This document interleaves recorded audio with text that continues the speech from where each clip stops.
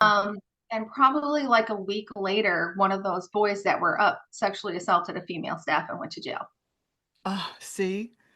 Like when I worked on the psych unit long time ago, 94, and there was mandatory staffing. If someone called in sick and it was a male, you had to have a male on the floor at all times.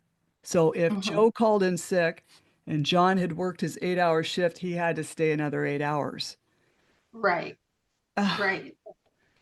So, it was kind of interesting. I was like, woo, I kind of, saved that one. I had another incident with mhm. a young lady, and she was just pissed and terrorizing everybody. And she had took crayons and wrote all over the walls. And my supervisor and other supervisors were mad at me. They're like, you didn't restrain her, you didn't stop her from coloring on the Oh, wall. So I went back to my trainer, and my trainer said if you would have restrained her, you would have been fired. They're like, she wasn't doing anything that was that destructive.